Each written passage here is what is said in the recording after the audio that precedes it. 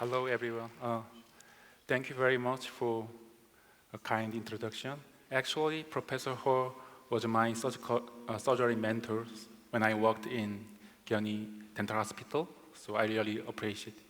Thank you very much. And it's a great honor to speak at this wonderful event, and I also like to express my gratitude to Dentium for inviting me here. My topic is a simple solution for complex cases using Dentium GBR systems. So there are many regenerative materials we can now use here. So before we begin, we first think about why we should perform GBR. So we are living in an AI era. So I asked ChatGPT to what is the purpose of GBR, and it answered, the purpose of GBR is to create sufficient bone volume and quality for stable and long-term maintenance of dental implant. Then the next one becomes, what is sufficient bone? So based on previous studies and already Dr. Han mentioned that we already know when placing an implant, if there is 1 millimeter of lingual bone and 2 millimeter of buccal bone around the implant, and also we can place 3 to 4 millimeters deeper from the gingival margin, then it is generally considered sufficient. And recently, as Dr. Han already mentioned, the 2023 ITI consensus also mentioned that buccal bone is thick. If the buccal bone is thick, the bone stays stable. But if less than 1 millimeter, 1.5 millimeter or less, the blood supply drops and the resorption happens. So even when the implant threads are not exposed, if the buccal bone is too thin, we should perform GBR together with implant placement. But here is the interesting point. They all talked about bone volume, not about the implant diameter. Even in the same ridge width, if we place a narrow implant, and we can place more than 1.5 millimeter of buccal bone, then the ridge is no longer a narrow bone. So we don't need additional GBL. And I think this is a very important concept, especially with the bright tissue level implant. When we use a narrow diameter implant, we can often avoid complicated GBL procedures. Or even if GBR is needed, the surgery becomes much simpler. Actually, this is one of the key messages of today's lecture. Now let's briefly look at the timing of surgical interventions. There are 4 main timing for surgical intervention. But broadly speaking, they can be divided into 2 categories. Doing something at the time of extraction, while treating an already healed edentulous ridge. Of course, the simplest way would be to finish the surgery with immediate implant placement right after the extraction, right? For example, this patient had a broken teeth in the maxillary anterior area. The ridge width was only about 5 to 6 millimeters. It's quite narrow. In the past, if we plan to place a regular implant, such as a 3.6 or 4.0 diameter implant, this ridge would usually be considered insufficient. We need GBR. But if we place narrow diameter implant like this 3.0 implant, we can finish the case with very easily, simply. Previously, many narrow implants were one-piece implants, and those implants were difficult to use because the implant direction and the prosthetic direction often did not match, so clinicians hesitated to use this one. But nowadays, we have bright tissue level implant, which is very narrow, but we can use it as a 2-piece part implant. So this is very useful. That makes the prosthetic restoration much easier and more flexible. So even in a reach less than 6 millimeter of the width, we can, by using 3.0 implant, we can freeze sufficient buccal and lingual bone, and we can complete the surgery very simply. So nowadays, by using bright tissue level implant, I finish these cases immediately. Very simple way. But what about cases where we cannot place the implant immediately? In these cases, I would like to use ARP technique. With a simple procedure, we can get good result for the future implant placement. But there are many different ARP techniques, and we still don't know which is the best. But according to 2022 JCP report, they compared 4 groups: primary closure with autogenous tissue, and open healing group with barrier membrane, and open healing without barrier membrane, and spontaneous healing. The best result was the primary closure group with autogenous tissue coverage group. And the next best was collagen open healing with barrier membrane, followed by open healing. However, harvesting CTG or FGG is quite demanding. It increases patients' discomfort. So I often, instead of harvesting CTG or free gingival graft, I use granulation tissue inside the socket. So instead of removing the granulation tissue inside the socket, I lift it up to cover the socket and place bone graft material and replace it and cover it with the sutures. This is a very simple technique, but I use this technique very frequently. With this technique, I can easily finish even challenging cases. But sometimes I cannot use the granulation tissue because it's not enough sometimes. In those cases, I additionally use collagen graft. As you see, in this case,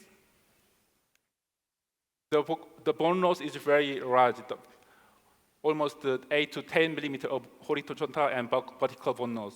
In this case, by placing collagen matrix, I could finish the case very easily, and later, I just simply placed the bright tissue level implant. It's very simple. But in these cases, I don't like to use a collagen membrane.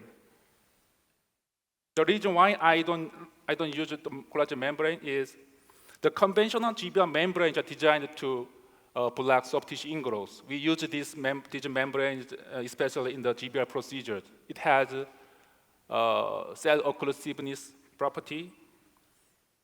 But in extraction socket, soft tissue migration is actually necessary for socket closure. So personally, I prefer collagen matrix that supports soft tissue integration rather than breaking it, as Dr. Im mentioned in the previous presentation. And in fact, there was a study, animal study, compared the collagen membrane and matrix. In the collagen matrix group showed more mature healing morphology histologically, and also achieved greater soft tissue thickness compared to the collagen membrane group. So with the collagen matrix, even challenging cases like this can be treated in a very simple way. I just placed collagen membrane to cover the socket, and the healing is quite good. And we can get a desirable result very easily. So I prefer to use this technique. In fact, in our clinic, about 70% of surgical cases are treated at the time of extraction with these techniques, these approaches. And for the remaining 30%, I usually perform GBR after some healing has occurred following tooth extraction. then how can you perform GBR more effectively and more simply? This is a systematic review on GBR published in 2016. It included 184 studies and more than 6,000 patients and more than 7,000 grafting sites. According to this review, particulated grafts alone achieved about 3.7 millimeters of horizontal augmentation and vertical augmentation. With the allogenic blood graft, the vertical augmentation was only 2.9 millimeters. They're quite low compared to the particulate graft alone. And with the titanium mesh, approximately 6 millimeters of vertical gain was achieved. So this is very useful. And another systematic review from 2019 by Dr. Urban, they compared the various techniques and materials. With the resorbable membrane alone, the achievable vertical gain was around 4 millimeters. For blood bone grafts, the gain was only 3 to 4 millimeters, quite low compared to other methods. On the other hand, with the titanium mesh combined with the particulated bone graft material, we can achieve more than 5.2 millimeters. And also, if you look at a recent publication from ITI this year, they emphasize selecting the membrane based on the defect morphology. For contained defect like type 1, we can, like internal defect, they suggest that a simple collagen membrane is sufficient. But as the defect becomes more severe, especially when there is a vertical collapse, they recommend using non-resorbable membranes or even titanium mesh. So the key message is this. As the defect becomes more compromised, you need a more rigid structure, like a non-resorbable membrane or titanium mesh, so that physically maintain the space. That's the critical point. Based on this evidence, I organized the practical strategy for selecting GBR materials according to the rich condition. So this is a summary of the graft material combination I use most frequently in my daily practice. So now let's go through them one by one. First, cases requiring minimum augmentation. In these cases, where grafting is not critical, I usually use collagenated graft materials. Or when I just want to recover the contour, I only use the collagen graft. So, as I mentioned earlier, when you place a narrow implant in a narrow ridge, as I told you, if we can leave more than 1.5 millimeter of buccal bone, then it's not a narrow ridge anymore. So, in a case like this one, I don't place graft materials at all. Instead, if there is some concavity on the buccal side, then I'd like to use collagen matrix for volume contouring and to make the soft tissue thicker. I cut the collagen graft materials into small pieces and just graft it with a vertical incision, Vista technique. And a patient came to my class for implant placement here. The space is very narrow, so it's very hard to place implant. But fortunately, with the bright tissue level implant, I could place implant and I could remove more than 1.5 millimeter of buccal bone here. So it was at first I thought it was a very difficult case, but it was, with the bright tissue level implant, it was very easy. So I just placed implant. And I could finish the surgery right in this case, in this state, but there was a small concavity here. So I placed the Osteon 3 graft material with the Vista technique to make the contour convex. So as a result, as you see, the buccal contour became more convex, from concave to convex, as you see. So I could finish this case very easily. And similar case in the maxillary anterior region. The ridge width was about 6 millimeter, which is relatively narrow. However, with a bright tissue level implant, I can leave more than 1.5 millimeter of buccal bone. So grafting is not necessary in these cases. And also in this case, I used, instead of using the pin guide technique, I sometimes use a syringe needle as a guide. And as you see, there is a small concavity on the buccal side of number 11 tooth. So in this case, to improve the control, I made a vertical incision, like vista incision, and simply placed osteon 3 collagenated bone without a membrane. And it is a very simple way to finish the case. And this is the result, as you see. I could remove a lot of graft material on the buccal side, and this is the final prosthesis.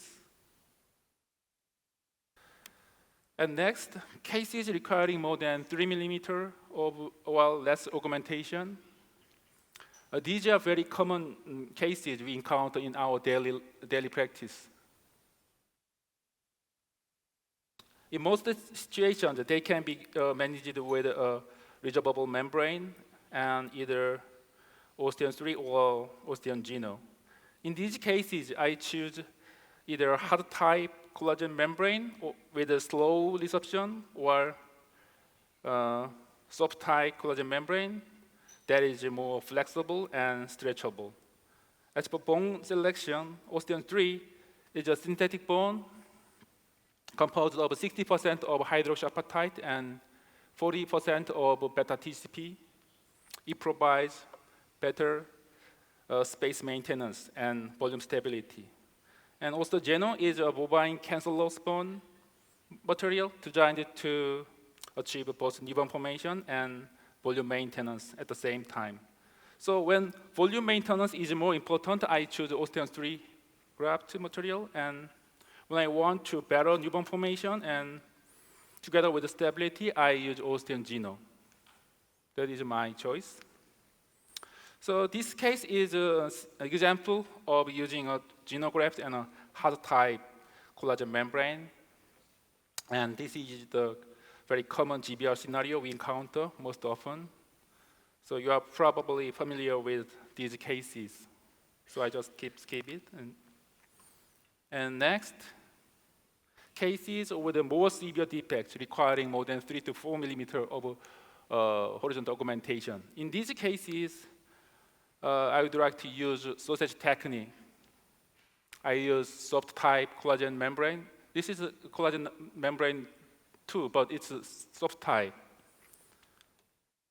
Now, when the defect morphology is poor, the graft material tends to collapse and easily displaced. So in those cases, I like to use a tenting abutment or tenting screws. These are very useful. In this case, a patient came to my clinic for the placement of the anterior maxilla area. The periodontal condition was very, very poor, so I had to pull out all the tooth from number 12 to number 24. And I waited for 3 months. With the digital guide system, I tried to place the implant. When I opened the flap, I need more than 3 to 4 millimeter of horizontal augmentation. So in this case, first I placed 3.0 bright tissue level implant, 3 bright tissue level implant, and then I also placed collagen membrane 2, which is flexible and stretchable, and fixed it with a membrane pin. And also I placed 2 tenting screws. After that, I placed the osteon xenograft materials and closed with a suture. And this is right after the surgery, panoramic view. As you see, we can see 2 membrane pins and 2 tenting screws. and all the grafted materials are well adapted, as you see.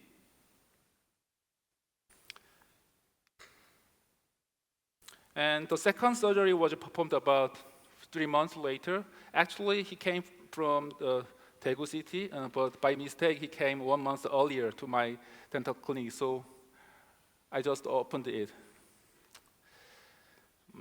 The tenting screws were removed. To increase soft tissue thickness, I harvested a small CTG and placed it here beside the number 12 implant. And for the remaining area, I placed the collagen graft X2D to reinforce the site. Unlike CTG, which has a limitation harvesting volume, collagen graft has no such limitations. So it is very useful. When larger volume augmentation is needed, we can use collagen graft too. And this is right after the surgery, and there was some misfit here, so I reconnected the digital abutment. And after removing the stitches, I scanned the digital abutment to create a provisional bridge. And by using bright tissue-level implant, I was able to make multiple prostheses as one single piece. The bright tissue-level implant has a 20-degree bevel at the corona part. So even the 2 implants were placed within 40 degrees of angulation, we can place the bridge all together in just one piece prosthesis. So this is very useful when you place multiple implants like this. So the final prosthesis was connected from tooth number 12 to 24. So this is very useful. Sometimes I use this one, especially in the full mouth rehabilitations too. And this was the final restoration, final result.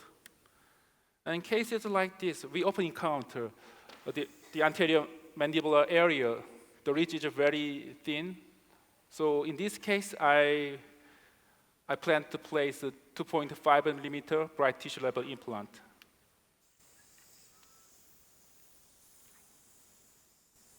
As you see, it looked very thin, but when I use the bright tissue level implant, it's still fine. Yeah, it's not that, doesn't look like very severe. And anyway, I also tried to using a long membrane pin for tenting and to simplify grafting. Recently, I have been using osteon geno collagenated bone mixed with PN in some cases. Then I placed the collagen membrane and fixed it with a membrane pin. And to close the flap, I made a releasing incision, periosteal releasing incision. And also, I harvested a CTG and sutured it to the buccal flap. Sorry. So this is the right after surgery. In the anterior area, we need soft tissue thickness too. It's very important. And this is the right after the surgery. By using bright TL implant, I could easily achieve sufficient hard tissue on the buccal side, as you see here. Suture was removed 11 days after surgery. Berland type provisional was used during the healing process. And 2 months later, I connected the digital abutment and delivered temporary crown to shape the gingival form here. And as you can see, a favorable volume was gained here, as you see. Lastly, cases requiring more than 4 millimeters of horizontal and vertical augmentation. In these situations, space maintenance is quite challenging. So I mainly use titanium mesh. As we saw in the literature, to achieve more than 4 to 5 millimeters of vertical gain, we need a material that can provide reliable space maintenance, such as titanium mesh. And also, we can use GBR screws like this one and GBR healing abutment 2, if you place implant simultaneously. So in cases like this, where a large vertical ridge augmentation of more than 6 millimeters is needed, a tight edge mesh is preferred. And I actually favor this kind of titanium mesh like Dentium GBR plate, which has large pores. When you place titanium mesh, it's very hard to use it because we have, after placing the bone graft materials and we cover the titanium mesh, the graft material tends to go out, it drops, it scatters. But with this type of titanium mesh, we can fix the titanium first, and then we can place bone graft materials through the large pores. So grafting is much convenient. So I prefer to use these things. And in cases like this, amount of large augmentation is quite challenging if we only use the xenograft materials. So in this case, I like to use autogenous bone together. Sometimes I got the black bone from the lamar area. And also, in a patient like this, with a limited mouth opening, it becomes more difficult to adapt the mesh inside the mouth. So these techniques are very hard to use. So many people don't use nowadays, I think. But still, despite these challenges, titanium mesh is an excellent material to reconstruct severe deficient ridges. However, I kept thinking whether there might be a simpler way to do this. So after some consideration, instead of completely covering the defect, I started using it partially or fence-like design. So you can choose full coverage, or sometimes you can use fence tapes depending on the defect. You can trim it.